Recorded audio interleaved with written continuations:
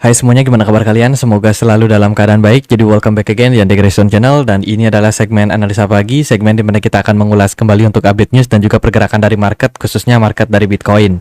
Teman-teman, hari ini Bitcoin diperdagangkan di kisaran level 106.000 something ya. Dan bisa dibilang pergerakan hari ini lumayan bagus kalau kita melihat dari pergerakan kemarin, karena ada sentimen di mana Amerika Serikat melalui Donald Trump berusaha untuk menjaga harga oil supaya tidak naik.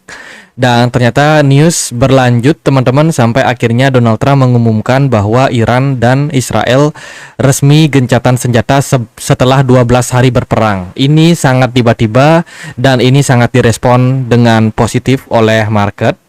Ya, dan di perdagangan kemarin malam juga kita mendapatkan statement atau testimoni dari Jerome Powell terkait dengan kondisi data makro saat ini. Kalau kita lihat dari perdagangan hari ini, teman-teman, kita akan dapat testimoni kembali dari Jerome Powell jam 9 malam. Jadi ini adalah katalis event yang sangat penting untuk pasar. Seperti apa kita akan merespon. Lalu dari new home sales juga bakalan rilis di jam yang sama untuk Amerika Serikat dan juga crude oil inventory. Beberapa data tersebut berpotensi sekali untuk mempengaruhi harga minyak, dolar, emas, dan juga tentu saja kripto dan juga aset kelas yang lain. Nah, sedikit kita review dari berita yang kita dapetin kemarin. Ya, kemarin kita dapat beberapa data penting seperti ada house price index dari Amerika Serikat overall turun ya, di mana harga perumahan di Amerika Serikat secara year on year indeksnya itu mengalami penurunan dari 3,9 menjadi 3%. Dan dari data yang lain juga seperti consumer confidence dari Amerika Serikat juga mengalami penurunan. Jadi kondisi yang seperti ini kemungkinan besar ya ini akan menimbulkan impact negatif terhadap kondisi dari dolar. Kalau kita perhatikan harga dolar kemarin atau indeks dolarnya itu turun 0,39%, dan tentu saja penurunan dari indeks dolar ini bakalan positif untuk aset kelas berisiko lainnya. Emas juga di perdagangan kemarin mulai menunjukkan tanda-tanda koreksi setelah pengumuman dari Trump yang mengatakan terjadi gencatan senjata antara Israel dan Iran, dan kemungkinan besar ya perang itu tidak akan berlanjut. Jadi perang sudah usai. Cepat banget dan tiba-tiba. Ini tentu saja membuat harga oil kemarin turun, kemudian dari gold juga turun. Artinya menurunnya tensi ketegangan antara dua negara yang tentu saja akan berimpact kepada kondisi dari market. Nah, Donald Trump melalui truthnya kemarin mengumumkan bahwa congratulations untuk everyone karena akhirnya Israel dan Iran agree untuk melakukan ceasefire, teman-teman, atau gencatan senjata, dan ini tentu saja akan berdampak sangat positif untuk market ke depannya. At least ya kita masih punya katalis lain, yaitu terkait dengan tarif ya. Setidaknya katalis dari kasus perang ini di Timur Tengah itu setidaknya sudah mereda, seperti itu, tensinya sudah mereda. Oke, perang dunia ketiga seperti yang diramalkan oleh banyak orang di YouTube, di internet ya, itu akhirnya ya kemungkinan tidak terjadi. Semoga tetap damai. Teman-teman, dari berita yang lain kita dapat Mastercard bekerja sama dengan Chainlink ya. Ini tentu saja akan menjadi sentimen yang bagus buat project Chainlink, di mana sekarang akan memudahkan investor untuk membeli kripto secara langsung di chain. Jadi dengan dia terkoneksi dengan Mastercard, otomatis investor yang menggunakan credit card itu akan lebih gampang untuk beli Bitcoin. Terus dari Texas dikabarkan ready untuk melakukan investasi terhadap Bitcoin ya senilai 10 juta US dollar. Ini rencana pembelian setelah Texas secara resmi menandatangani untuk menjadikan Bitcoin sebagai state of reserve. Jadi ini berita yang bagus juga untuk adopsi kripto ke depannya. Jadi sudah 3 negara bagian yang approve, ada Arizona, lalu New Hampshire, dan juga Texas. Sementara dari Bitcoin Spot ETF ini lumayan bagus ya, ada net inflow 350 juta US dollar masuk ke pasar Bitcoin Spot ETF, sementara dari Ethereumnya masuk 100 juta US dollar. Ini didominasi oleh akumulasi dari BlackRock, Grayscale, dan Fidelity. Teman-teman, kemarin Chairman Jerome Powell testimoni, di mana testimoninya overall bagus. Ya, ada beberapa poin yang disampaikan, kita rangkum aja. Pertama, Amerika Serikat tidak dalam kondisi resesi. Yang kedua adalah saat ini kita punya banyak kemungkinan. Yang ketiga adalah inflasi ternyata tidak sekuat seperti yang diekspektasikan atau yang diharapkan atau mungkin seperti yang diduga. Ya, jadi inflasi itu ternyata nggak sekuat itu gitu loh. Jadi Jerome Powell merasa dia kayak kita terlalu berspekulasi berlebihan terkait dengan inflasi. Kemudian dari testimoni yang lain adalah jika demikian berarti pemangkasan suku bunga lebih awal bisa dilakukan. Selain itu melemahnya pasar tenaga kerja juga berarti pemangkasan lebih awal. Jadi intinya kemarin Jerome Powell speak cukup dovish ya, which is ini merupakan sebuah hal yang kita nantikan gitu. Tapi kalau kita coba compare sama apa yang terjadi pada Fed Rate Monitor Tools, nampaknya peluang kita untuk cut rate di bulan Juli ini masih cukup kecil, yaitu hanya sekitaran kurang dari 20%. Yang berarti kemungkinan besar memang The Fed masih bakalan mempertahankan suku bunganya. Gitu. Tapi kalau kita lihat dari probability di bulan September ini udah mulai naik lagi, teman-teman. Berarti kita ada kemungkinan untuk melihat pemangkasan suku bunga baru mulai dilakukan di bulan September nanti ya, dengan kemungkinan 67%. Jadi ini menurut saya sebuah testimoni yang sangat menguntungkan untuk pasar. Kemudian Fed Chairman Jerome Powell juga mengatakan bahwa free to engage in crypto activities. Jadi bank-bank saat ini di Amerika Serikat sudah diberikan kelonggaran untuk mereka lebih dekat lagi dengan kripto, termasuk memberikan penawaran berupa produk ETF atau memfasilitasi exchange untuk kayak memberikan fasilitas deposit gitu ya. Nah, kalau di kondisi sekarang kan beberapa bank di Amerika Serikat itu kayak belum bisa memberikan fasilitas untuk deposit ke exchange ya, karena memang masalah regulasi yang memang belum rampung kemarin. Tapi sekarang ini sudah diperbaiki regulasinya dan ini bisa menjadi sebuah pintu gerbang yang terbuka untuk adopsi kripto yang lebih besar.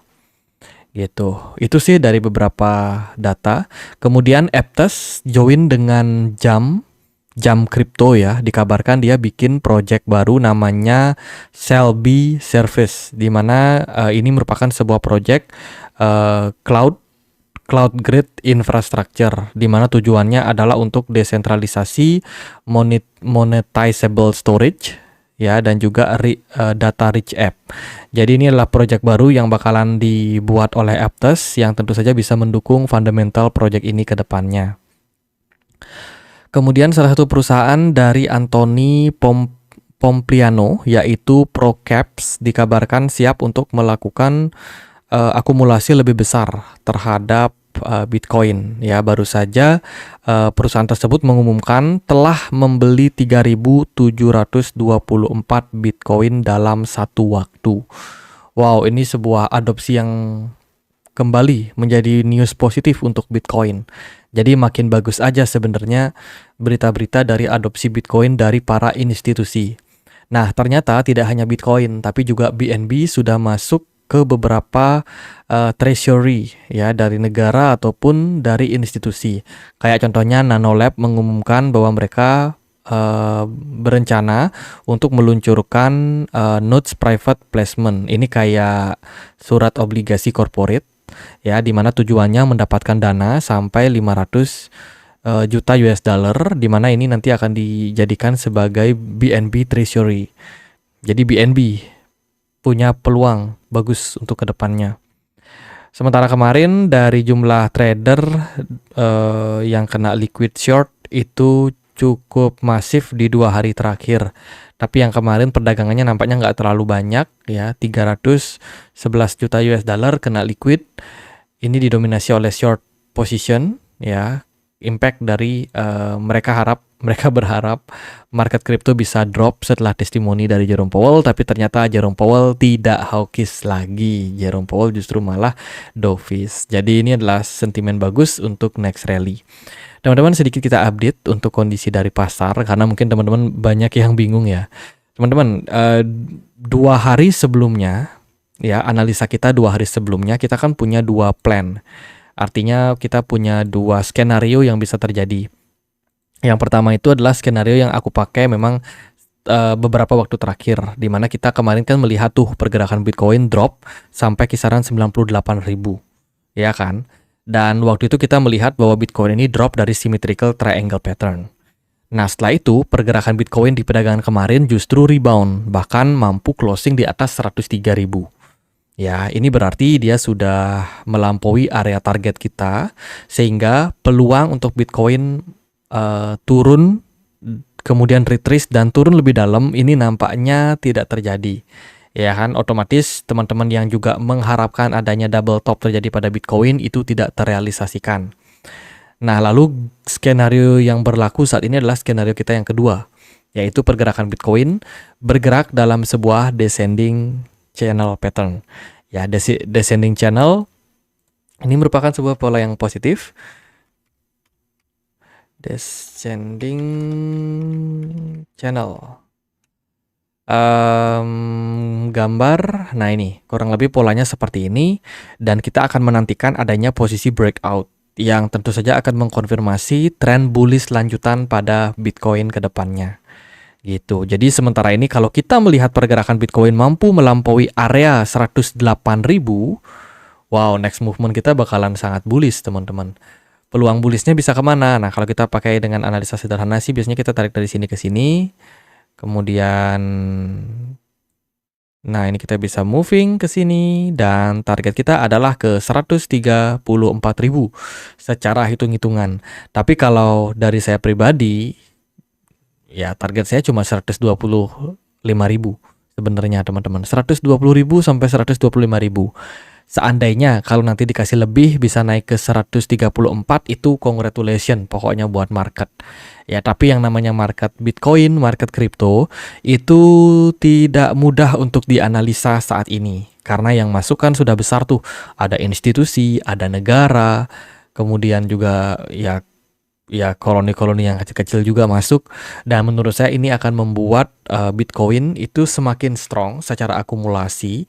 Tapi karena semakin banyak orang yang masuk, otomatis memprediksi harga Bitcoin akan semakin sulit ke depannya gitu. Jadi ya kalau kita ukur secara target technical, bisa aja Bitcoin ke 134.000. Ya, kita akan tunggu nanti apakah target tersebut bisa tercapai. Tapi kalau dari saya pribadi 120.000, 125.000 mungkin level yang cukup ideal buat melakukan profit taking. Atau mungkin teman-teman bisa ubah strateginya. Seandainya pergerakan Bitcoin nanti naik di atas dari 108.000 dan menunjukkan continuation untuk bullish, teman-teman bisa taking profit parsial ya, atau taking profit beberapa, sebagian kah, 50% atau 30%. Nah, itu kembali lagi kepada strategi masing-masing. Itu sih planningnya sejauh ini. Overall sentimen positif, tapi kita juga nggak bisa pungkiri sih, satu-satunya katalis yang masih bisa menekan Bitcoin ke depannya yaitu perang tarif. Jadi ya pergerakan Bitcoin sebenarnya belum totally aman. Kita masih punya peluang-peluang apa yang akan terjadi lagi ke depannya, karena ya kadang-kadang random dan sangat tiba-tiba, teman-teman. Itu sih updatean terbaru buat saya. Jadi planning kita adalah descending channel, semoga aja bisa di breakout ke depannya. Teman-teman, kalau kita lihat secara movement di time frame 4 jam, pergerakan smart money udah mulai aktif lagi. Bullish momentum saat ini masih terjadi pada Bitcoin. Jadi sekali lagi aku ucapkan congratulations yang kemarin nggak panik ketika Bitcoin berada di 100.000 dan sempat beli. Ya, padahal waktu itu memang ada bullish divergence yang kita perhatikan ya dari time frame 1 jam kalau nggak salah, itu kita pakai indikator RSI. Di video 3 hari yang lalu kita sudah sempat bahas sih sebenarnya gitu, dan overall sekarang udah terkonfirmasi positif pergerakan dari Bitcoin udah mulai rebound ya, rally. Ya harapannya sih ini masih bisa berlanjut terus positif untuk bulan Juni sampai ke Juli nanti. Gitu. Jadi itu untuk area support, kalau seandainya Bitcoin koreksi, Bitcoin punya area support kuat di kisaran 101.000, teman-teman. Dan untuk saat ini kemana arah dari Bitcoin? Seandainya kalau pergerakan Bitcoin terkoreksi, kalian bisa manfaatkan momentum untuk entry itu di kisaran level 103.400. Tapi sih menurutku Bitcoin ini bakalan mengalami kenaikan terbatas ya. Mungkin dia bisa mendekati 107.800-an. Level resistance dari descending channel. Teman-teman gitu aja paling buat update kali ini, karena kondisi sinyal sementara ini lagi jelek. Di sini ada hujan, teman-teman. Jadi hujan agak sedikit deras gitu. Biasanya sinyal memang agak jelek dan ada bising-bising di belakang. Jadi congratulations buat teman-teman yang sudah akumulasi kemarin. Thank you so much yang udah nonton juga. Kita juga update teman-teman di komunitas Telegram. Ya, kita update beberapa sentimen data, news yang tentu saja bisa mempengaruhi kondisi market. Jadi buat kalian yang punya Telegram, yang belum join ya di komunitas Telegram kita, linknya di kolom deskripsi. Sekian akhir kata si Andre, makasih.